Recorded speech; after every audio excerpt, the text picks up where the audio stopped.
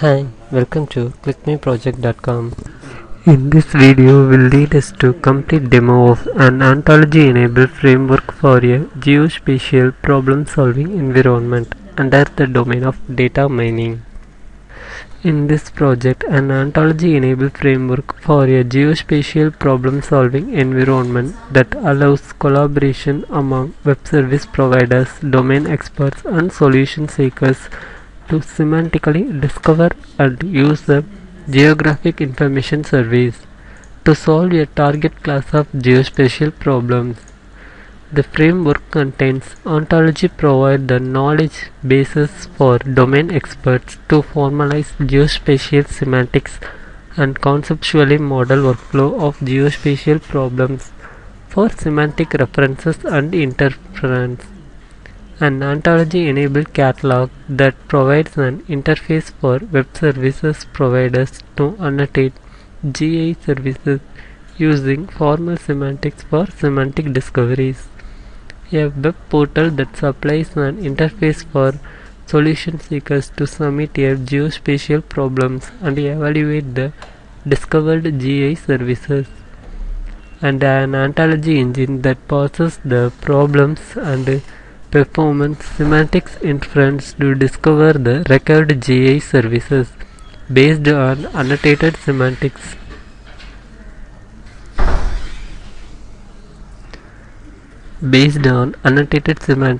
And conceptualize process. To validate the applicability of the framework, a prototype was implemented using an earthquake as an example. This paper concludes by not only highlighting that framework which may lay a foundation for fully integrating ontologies and GI services to solve geospatial problems, but also identifying future geospatial problem-solving environment.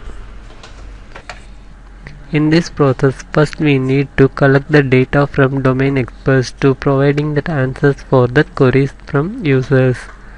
For this, domain experts data in the form of ontologies that may having that format of RDF or OWL.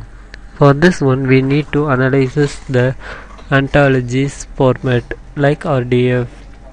Then we need to predict the properties of that RDF like object properties, data type properties.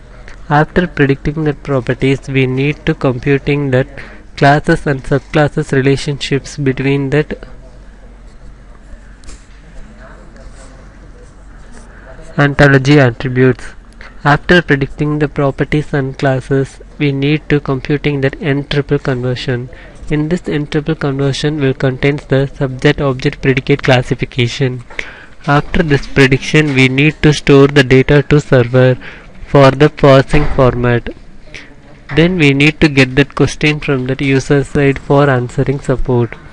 After getting that question, this question may contain that any kind of question type and the ontology part as well as reference part. This may be parsed by using that query parser. After we parsing that query, we need to compute the rules. These rules will help us to providing the better results relevant to that user query. After predicting the rules, we need to applying that ontology prediction. Then we are applying the conceptual workflow for creating the results. After this, we have to evaluate the results by using that. Next, we are going to see the complete demo of ontology-enabled framework for geospatial problem-solving environment. For this one, first we need to run the home.java file. In this page will contain purely that user queries. For this one, first we need to choose the geographical data set. In this data set will contain that set of elements which was representing the geo-land positions. For this one, next we need to predict that ontology part. This is the AutoCAD portion. In this page, we can able to add that any kind of properties because our data set contains the state, city, river, high point, low point, road, lake properties. We can able to add these properties. For example, I have to adding that state property. This is the property structure. For this one, first I have to entering the Then I have to clicking that RDF properties. Then I have to providing the next. This is the content I'm going to be add. Then I have to writing the data set. Then I can click that view that file. For this file we can able to adding that property into our data set. After we computing this, we move to that home page and we have to predicting that RDF classes in our selected database.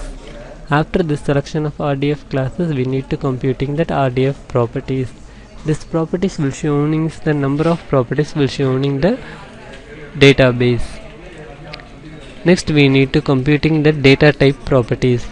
This data type properties will having that properties like city, state, lake, mountain, high points, river and road and their links of that ontologies. After this we need to predicting that object properties. In the previous page we have to getting that 28 properties. For this one the 28 properties will be divided into two parts, 11 data type properties and 17 object properties. Next we need to parsing that subject. For the parsing of the subject will showing that basic structure of each attributes. For example, state containing that name, abbreviation name, then state, population, area and borders. This will showing that what kind of data will pass through there. After this we have to computing that each data's parsing. Next we storing this content to that SQL file and we can able to viewing that parsing contents. Now our data set will be passed into some set of arguments that will showing that this kind of data. It will be showing for all kind of attributes. Next we move to that user query page. In this query page user can able to register. For this one first I have to entering my system IP. After this I am moving to that user IP page and providing the password. Then click that verification. Now I am logged in successfully. In this page we will use to posting our queries. For this query page we can able to post our queries. This will be added into database depending upon query and their time. Then next you have to providing that query and we have to applying that query parser to predicting that question type. Now the question type will be predicted as where and that keyword will be Great Salt Lake. Okay. After this we have to computing that query part, ontology part as well as reference part. Here there is no reference part, so the ontology part will taken as the reference part. After this computation we need to computing that class prediction. So it will showing that our predicted data was for Great Salt Lake, so it was in the class of lake. Then next we have to computing that RDF properties. It will be in that lake contains properties and the sub properties are lake, their area and their state. After we predicting this we can get the relevant items for this lakes and we have to computing that precision values. So this precision will showing that how much precision value we get in and their accuracy value plus their timing scenario plus precisions. This will showing that processing of improvement from our existing to proposed one.